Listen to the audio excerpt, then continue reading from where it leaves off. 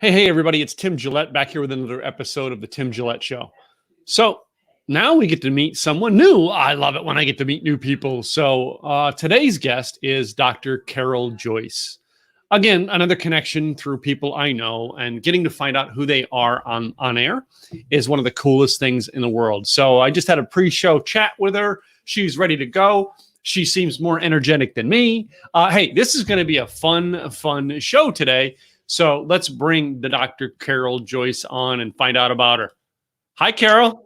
Hello. How you doing, Tim? So good to be with you and with your listeners. This is a new experience for me as well. So I'm looking forward to this. Cool. So, well, first of all, Carol, I mean, where are you in the world? All right, let's find out. Let me find out the basics first. Yeah. All right. Well, right now, you look around here, I'm in a Shaker house up in the Berkshires, but I actually am based in New York City. I've been there for over 35 years. But because of the COVID, about 7 weeks ago, I decided that I would take a refuge here and be able to do my work from here. I have a little country house. It's an old Shaker house.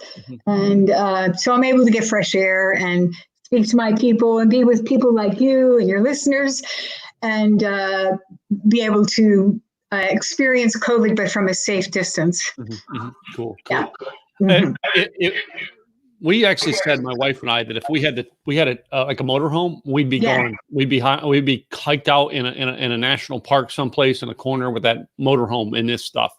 Where are you now, Tim? Where are you located? We're in the city of Dallas. Oh, Dallas. Okay.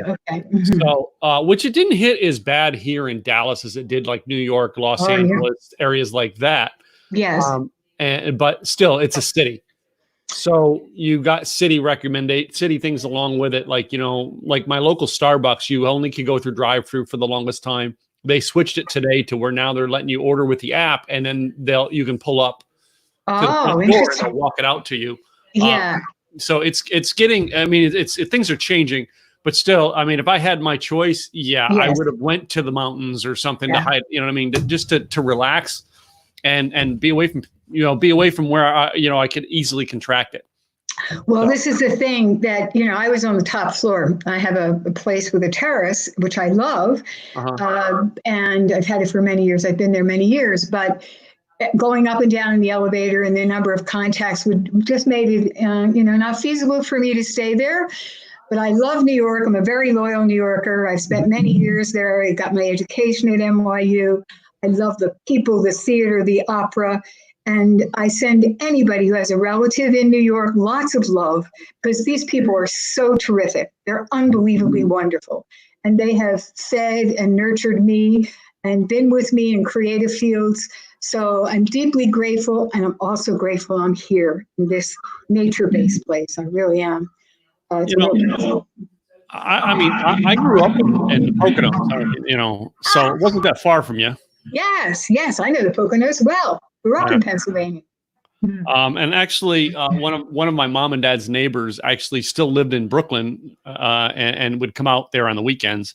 And it's I knew New York because I was always going to visit, but like for us, it was a daily, go out for one day, come back. For most people, it's that. And for most of my family, my family of origin, it's like, why do you live there? Well, no, we did, a couple of times I would do with my daughter through the years. Like we come up, for the Macy's parade, you get a hotel, you stay for the parade, you're done. You know what I mean? You go back to your hotel and you wait till the following day to go home. We did several times. We did the lighting of the Christmas tree at Rockefeller Center. That's wonderful. That's a nice experience. Yeah. Great experiences you have. But like, there's experiences in this country, like, I've done stuff in Denver, Colorado, that there's festivals they have, Seattle, Washington, Los Angeles, even here in Texas, going to Houston or San Antonio, all right, is great things. And New Orleans, same thing. Right. The world each place has its own excitement. That's very true. Yeah, that's very true. I'm glad you had your excitement or you love where you're at. So, but anyway, So let's talk to my listeners about what you do and how you help people. Okay. Well, actually, I'm a psychotherapist. Originally, I did a lot of dream work and Jungian work for many years. And I'm also a hypnotherapist, and I've done hypnosis with a lot of younger people, younger women. My people that I've worked with over the years have changed as I have changed and work has changed. But my basic thing was initially a lot of deep dream work. And those dreams allowed me in my own journey to negotiate life in a wonderful way and to feel like I've been able to live out so many parts of myself. And that taught me that that's what people really want, is to be able to live out these seeds that are in them of creativity and wonder and things that are they're hidden away sometimes and that can come up and they can actualize them. And I'm very good at helping young women in different transition periods of their life to actualize the talents that they have. So I have a lot of creatives come to me, people that are in film and theater and the arts, authors. One time I had like 10 professors. They come in groups. Somehow or other, I attract these tribes. One tells the other, and they come. And the way that I work is a deep inner work. And there is some coaching with people that are younger because they need to have other resources and direction. But I'm a firm believer that we all have things that we know about ourselves if we are listening in and conscious of them. That those secret desires, those secret dreams, that if you can tap into them and separate out from some of the beliefs that you have taken in from other generations, and from advertising, then you can be the person that you're here to be and to live out your purpose, because that makes you feel terrific. So that's essentially what I do. And I do it primarily individually, but I have done over the years workshops like on the conscious feminine, particularly with women, because I feel the whole need for them to begin to know their value and that to get comfortable with being visible as they are, their authentic self, and being able to say it, to be vocal. And some of that came from my inner work, and some of it actually I did theater myself. I took voice lessons because these were my dreams. I took voice lessons with a great guy for a number of years, a guy named John Mace. And I didn't know I could sing, but same as I would tell my people, well, let's see if that's a dream, go get a voice lesson. Let's see how it works out. Because I was having dreams of musical notes flying out windows, and I didn't really know what it was about. And then once I started to sing, I started to write songs. The next thing I knew, I'm writing a play. So you get pulled into that thread of your life. You get joy with it. You are lucky, and you know what you have to do. No one has to tell you. You know it. You go for it. Yeah. And who would you say is the ideal person that needs your services, or who's your ideal client right now? My ideal client right now is a woman between 30 and 50 who is in transition, has lived out some part of her life. Sometimes she's successful financially, but she's unable to have a relationship. Sometimes she's embroiled in relationships that are dysfunctional and really wanting a home, family, has fertility issues and really wants to have a child. All the conflicts of the feminine and not sufficient support. And she's satisfied maybe in her financial aspect of her life or in her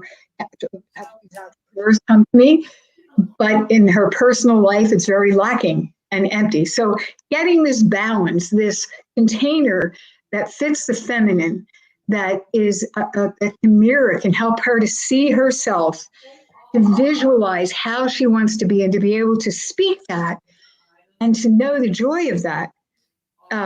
Because there's been a lot of violence directed against women over the centuries. It's not just now. And there's been, more appreciation of her, and she's appreciating herself more. but sometimes it's at a great cost. Mm-hmm. And so my passion is to have the authentic feminine, both in women and in men, men like yourself, the feminine energy, to have more room for it, a little more space, Mm-hmm. a little more time, because that's the thing with the feminine. It's not a fast-paced thing. A baby takes 9 months. Yeah. It takes 9 months. And to have a dream actually takes about that time. You can't rush it. Yeah. You can have ideas of it. You can have urges that say it's going to happen now. But for something to grow integrally, it needs a period of time. So, I mean, let's just take that idea. I mean, of some of the women who want, they want kids. Yes. All right. They want a child. They want someone to bring up. Yes. That's a great thing to want, but it can become a struggle for so many women. And how are you helping them? Other than the usual to get pregnant. I don't think you help them with that part. Anyway. You can get them pregnant, but I give resources.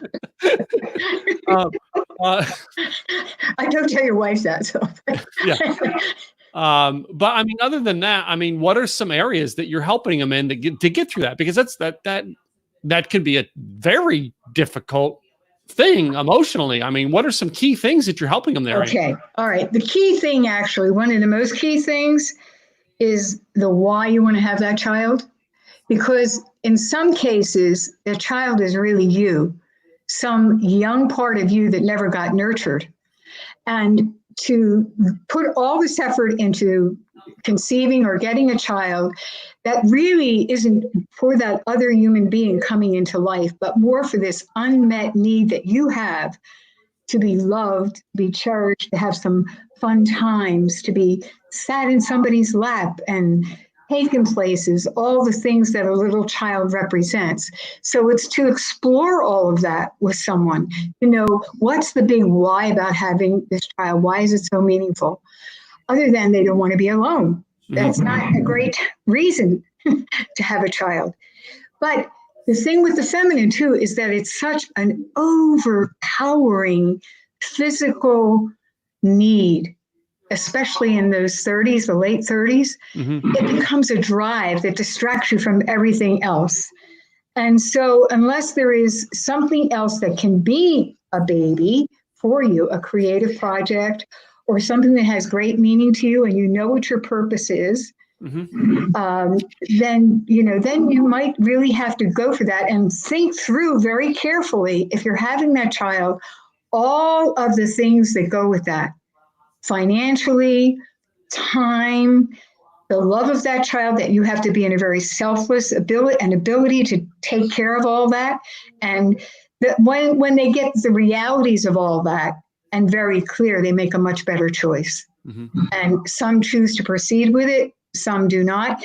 And then sometimes it comes to, it's not a child, they want a relationship, but they're afraid to enter into relationship because they've had bad experiences. So you need to work then on the relational aspect. Well, what would it be to have somebody love and cherish you? What are the beliefs that you have that keep you from moving toward meeting someone? Is that an impossibility in your mind? So those kinds of conversations and the hope of that it's not just you're bad and you're being punished because you don't have one and everybody else like they have one. And sometimes you have to be very frank. Yeah. You see a lot of young women with a carriage, a dog, a bottle, cell phones. There's no being with any one thing. It's a multiplicity of this. And the child is talking to itself or on a phone, on a cell phone. Is that having a child? Is that doing what you want? Is that the nurturing that you want? Yeah. To be seen that way or to be that way, to really have the relational part of being with that little baby. And, you brought up something about, being in a relationship. All right. There was a period in time in my life, that I went through a period where I was like 4 years. I was like, I'm not dating anybody. I'm out. taking a break. Yes. And some people, they need that to find out who they are. Do you help Mhm. with that? Yes, yes. I've done over time, and occasionally I put them together, groups actually for people that have this, if they need a break. They need a break from a deep, intimate relationship to focus on themselves and what it is they really want, and to feel their authentic need, but in relationship to other people. It doesn't have to be totally alone. You can be with other people and be intimate by how you speak and how you connect. Yeah. But you got to get rid of the shame. It's like Brene Brown talks about, you can't have shame that covers all the emotions. But you fill up when you tell people who you are and how you feel. And you feel connected to this world, that you're not alone on this planet. And a little baby coming in isn't going to meet that big need. No. It's not going to meet that need. It's a wonderful thing. And I love babies. I love my grandchildren. It does not fill that need. You have to fill that. Yeah. And I have to think how many times I've actually seen where, you know what I mean? I've seen girls who, like, they want a baby, but like the man is like just the thing to help them get it there. They don't care about the man. So it's like you're building half the relationship just to get the thing you want, and then you just discard what helped you get it. Do you find that an area that you have to work with girls and go, hey, sometimes it takes a community to build this. This isn't just you. Yes, yes. Well, when there's that's a control factor, and that, it comes in. I'm sorry you've had that experience, Tim, if that's ever happened to you. No, it's not. But yeah, I'm fortunate enough that most of my relationships were a mutual relationship during the time, and then there became a time that they just were not. Just didn't work for you. Okay. And do you have children yourself? I do. I have a 31-year-old daughter and a 27 and 34-year-old stepson. Oh, good for you. Good for you. I have stepchildren. I have 3 stepchildren. I married a man who had kids. I didn't have children myself, but he had them. So they're a big part of my life. But yes, I do work with these young women, and part of it is that need to control the time in their life. There's something about trying to make up for it, and sometimes it's you can get that, but then you will have a marriage that is a very problematic. You can have that. You can make that choice, but it will be problematic, and it will come out in your behavior with your partner and with your child. On the other hand, if you're able to tolerate and hold your anxiety about not getting what you want in life and being able to talk about that, you have a better chance of meeting somebody who might see your vulnerability and actually find it attractive. You might find someone who also has that desire, but doesn't want to be controlled and then discarded. None of us want that, actually. Yeah, I've seen it, Carol, and I had to ask. I mean, I know it has not happened to me, and I'm very fortunate, but I've seen it happen, and I've known friends who've had it happen to them, and I've known friends who have done it to people. So, and it's just, I mean, and I was wondering, in your opinion, whether that was like, okay, this is an issue you need to work on. Well, it was definitely come up when I see it as a control factor.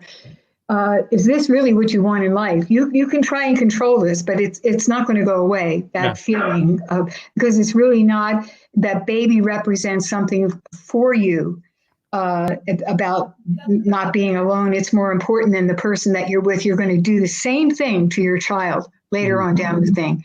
That will become an object. No one wants to be an object. How do you feel when you're treated like an object, or, and women have felt that a lot of times. So sometimes you get women who are successful or financially or whatever, and they feel like, okay, I just want to have a kid, and it doesn't matter that much. But this is all about the not honoring the vulnerability and the spaciousness and the need for love that we all have, and that we can't control it. All we can do is try and be in it, and be as authentic as an authentic woman and an authentic guy. But it's the woman's body. She needs to really hold that.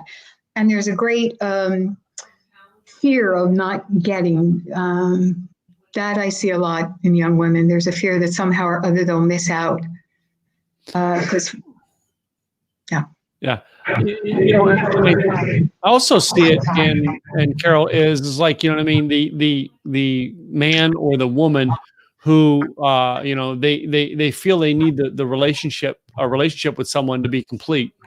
So like, you know what I mean? It's almost like they're searching for an emptiness in themselves and they think they're going to complete it in finding a man or a woman to solve that problem. How do Yes. you deal with those?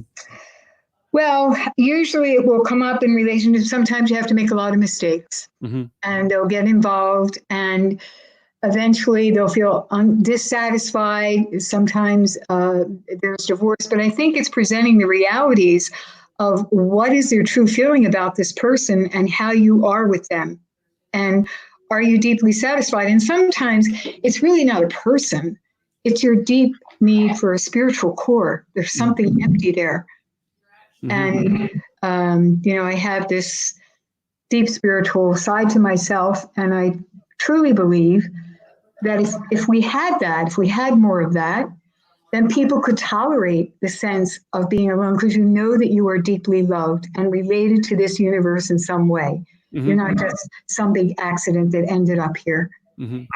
And if you have that, then there's not this desperation and so much addiction that somehow or other a thing, because a person, becomes a substance then. The relationship becomes a substance, a substitute for the real sense of feeling loved, that I am enough, you are enough. I'm loved, you are loved. Yeah. And here we are. Do we want to walk together through this journey of life? But it has to start with I am enough. Yeah. But I mean, and I keep thinking of scenarios, Carol, to come up with this. I mean, to get your answer on this, because this is so interesting how you help people with this. The are you enough? You know what I mean? Which takes me back to a male thing, which can be a female thing. I love hearing the male thing. Yeah. So I'm going to address it in this way because this in today's day in society does not mean male or woman. It happens is the workaholic. I personally am a workaholic, but yet I still have meaning in my relationships. But there are workaholics out there who are hiding from the relationships. That's why they work. Absolutely. And we address that. Well, it's very interesting because I have a little bit of a workaholic in myself. I was fortunate I married a guy who is a little bit of one. Somehow we worked it out.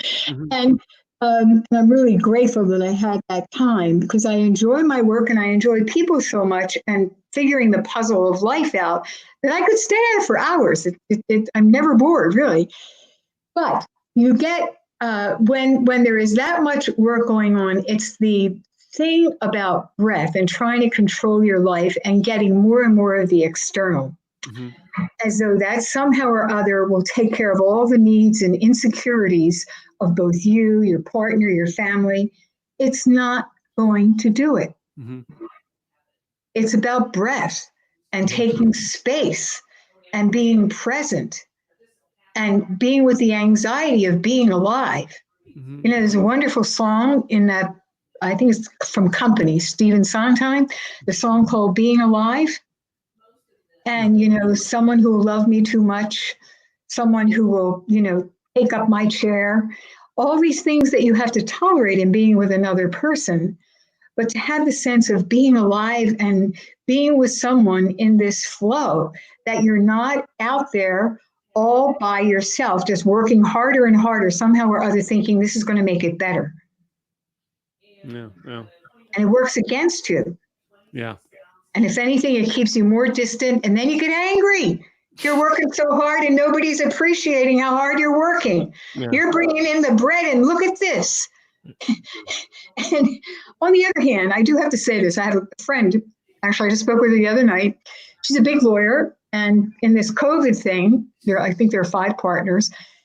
They're all working at home. And she said she and the top guy had put it together that somehow or other, this was going to be a real dive in income. Actually, the opposite has happened. The guys are all working from home and they're producing more. They're making more money than they've ever made. But part of it is because they're able to have some time with the kids and they're surrounded with the energy of family. It's very interesting, these kinds of outcomes. Now, that's an ideal. It sounds a little ideal to me, but it's working for them, and they're making more. And I think as we really look to the sense of slowing it down, enjoying the other, having the kids in a fun way where you don't have to run off all the time. Because after a while, it's an adrenaline rush. It has nothing to do with need. It's pure adrenaline and overstimulus. And the mind responds just to that. It gets into that habit pattern, and that's what you'll live out, more and more of it. Because we're a lot about habit. And my feeling is that, the software, the new software, and I thank the universe. I'm not thankful in a way for COVID, but I'm thankful that the energy and the frequency is slowing down some. And just the way the planet was being wrapped up and choked to death, we're having to slow it down and sit and feel confined and not being able to be out there over responding to stimulus. It's giving us a pause. And I think pause in life is something that's been lost. I think that's what I was talking about earlier. The 9 months of a baby being born takes 9 months. Yeah. And an oak tree doesn't come overnight. It takes years for it to really be solid and grow. And so I'm hoping that this time that we have now will allow us to be with the other. And also, I don't know about you, Tim, like what's the thing you miss most right now in this time period besides pizza and a coffee? No, the biggest thing I miss is I'm supposed to go to an event this Thursday, Friday, Saturday in Los Angeles where I hang around with people twice a year, and it's not happening.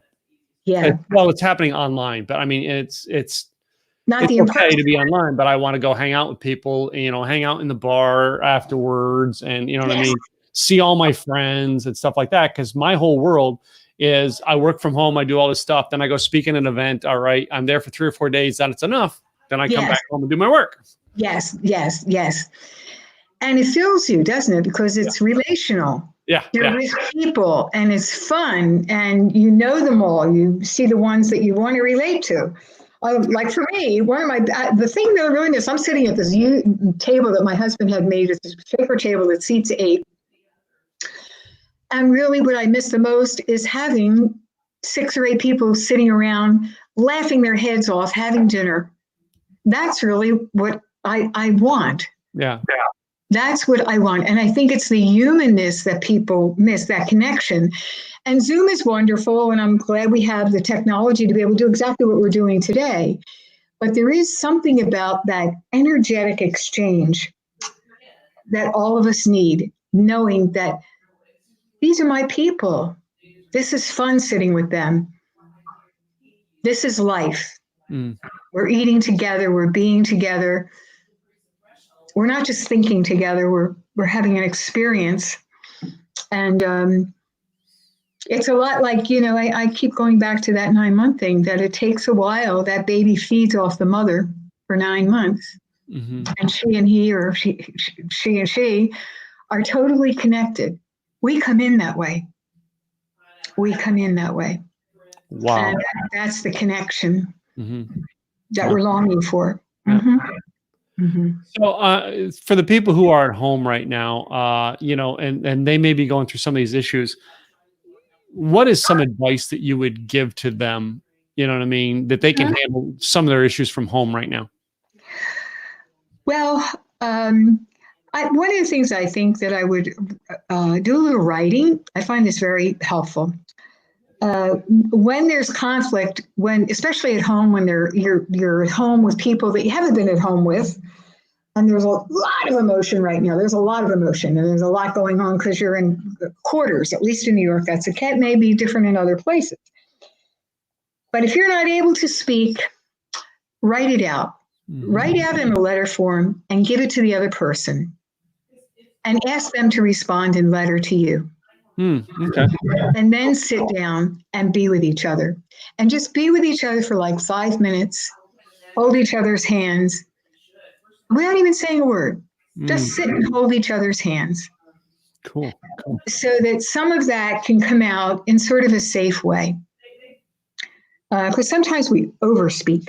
Yeah, this is the other thing. We're such a speaky society. Yeah. But I've always found that thing of writing a letter, a heartfelt letter, and even if it has some anger in it, doesn't really matter. Just write it out. I feel this. This is what I'm thinking. This is what I would like. I love you, and I wish this would change. Whatever. And then give each other the letters and just have a moment without talking and hold each other's hands. Mm-hmm. If you're in your same home, if it's the COVID thing, you don't hold each other. You can do this. Yeah. You can do this to each other. Yeah. We have a string we throw over the fence to the name. Oh no, I'm kidding. Listen, I think all sorts of creative things are going to come out of this. I'm totally convinced of it. And the other thing that I really would like people to do is just sing together. Just sing. Get a song every night. Some song. I don't care if it's Elvis Presley or whoever is your favorite person. Sing a song together. Cool. Just that in itself changes the atmosphere. And we need little rituals that will help us to change the atmosphere. This is part of the in my work of my own stuff. I came from an Irish Catholic background, and so there were a lot of rigid rules and things like that, but there's a lot of humor in that. But what I found out in my own work was not just that I was a therapist, because I always was a chatterbox and interested in people, but really I'm a Celtic bard and a songwriter and a storyteller. And one of the things that I was going to suggest, one of the gifts that I have for your people, if I can get my tech guy who's supposed to put it up, I think it'll be there, is an excerpt from a book that I'm publishing on the feminine. It's just a small excerpt, but I really like them, or like your listeners, to read it. And then at some point to call your mother. Mother's Day is coming up. And ask her for a story about what it was like when she was having you, what it was like when she was carrying you. Mm-hmm, mm-hmm. And what is the best memory she has of that first year with you? Cool. And I think that's a gift to her as well as to you. And it's the kind of thing we need story now, because we're in a period of a lot of uncertainty and nobody knows what it's going to be. But there is a certainty. You came out of her womb. Even if you didn't come out of her womb, you came out of the energy of your mother raising you. Mm-hmm, mm-hmm. So what is the story of her favorite memory, her favorite story of you in your first year? Mm-hmm. Whatever that would be. Cool. And tell her that's a gift. You want to give her that. Cool. I love it. Mm-hmm, mm-hmm. Well, Carol, where is a place that people can get a hold of you if they want to get your free gift or connect with you on another level? Okay, I have a website, www.caroljoyce.net. And if you opt in fact, the first 5 that opt in, I'm going to give a very special thing. Mm-hmm. I did a play off Broadway. It's on Celtic myth and parts of my life, and I have an audio CD of that. First 5 people will get that because it's really fun. And if you're Irish, you'll die for it. Cool. And then the other is that excerpt. So it's www.caroljoyce, CarolJoyce.net. Mm-hmm. And I think there's also a link to my music stuff on there. So we'll see. Mm-hmm. Cool. Yes. And I'd love to hear from any of you, any of your insights, and especially whatever your mother said to you. I'd love to hear that. Yeah. I'm collecting stories of the feminine. You see, I'm an older woman, and I have helped raise my stepchildren and my grandchildren, and hundreds and hundreds and hundreds of different people who've come to me. Mm-hmm. And I was raised in a big clan, so I know lots and lots of different feminine energies. And I have the history of the woman, I think, in the United States, in the creative areas, a lot of it. but I'm interested in what your listeners Mm-hmm. have to say. I would really appreciate that. So any comments that you'd want to leave, or you can tell Tim, or you want to leave it on my website, that's fine. I would really like that because it's of great value. And for you to voice that is of great value. Mm-hmm. It's a value to the feminine.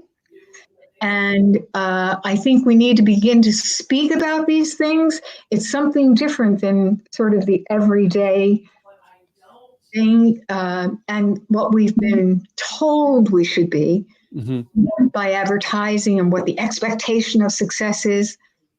The fact that you're alive and that you're well, that somebody loves you. Oh my God, we're blessed. Yeah. Cool. Yeah.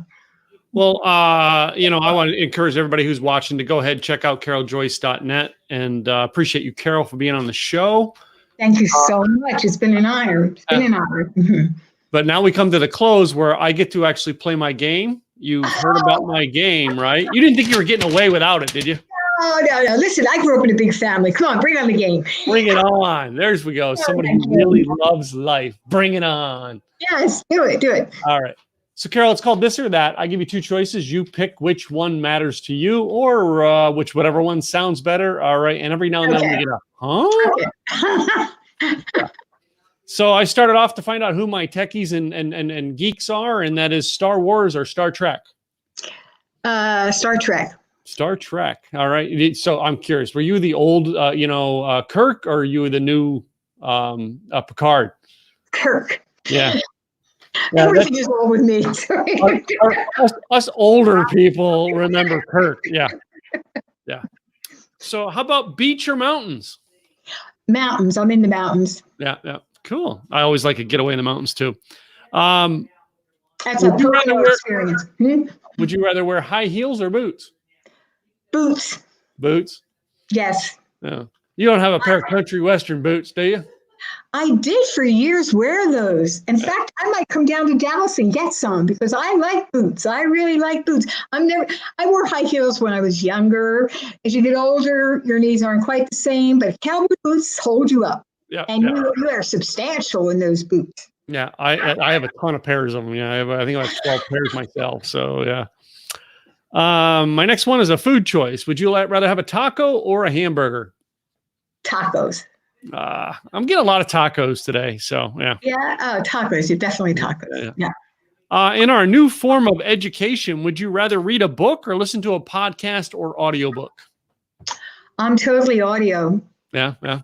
I very much love books, but I'm an audio person. I sing, I listen to a lot of podcasts. Yeah. You know, Carol, when in the early 90s, I drove tractor trailer for a living, and we used to get you'd go to a truck stop and you could rent a book on tape and drop it off at another truck stop when you were done. And I remember because it was cassette tapes in my tractor trailer, and that's what I would do. That I listened to that more than radio stations. Because they would go in and out, Yeah. Yeah. No, I love those. I still have cassette tape. Shows you how old I am. So I think I have one or two around here too, someplace. So yeah. How about this one here? Does pineapple belong on pizza? Yes or no?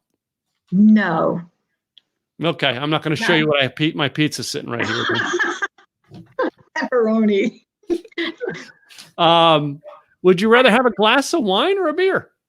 Oh, definitely wine. Good wine. Yeah, good wine, like Napa, or you got some wineries up there in New York. We do. We have wineries up in the Finger Lake area. Yeah. So some of them are very good. It's more and more developed. It's not quite Napa, but they're good wineries. Yeah. This next one here can create wars, and people have fought about it on my show. Just saying, and that is the toilet paper over or under on the roll. Definitely under. Okay. Yeah.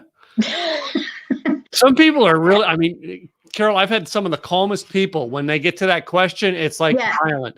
Over, under. It's a question that everyone has an opinion on.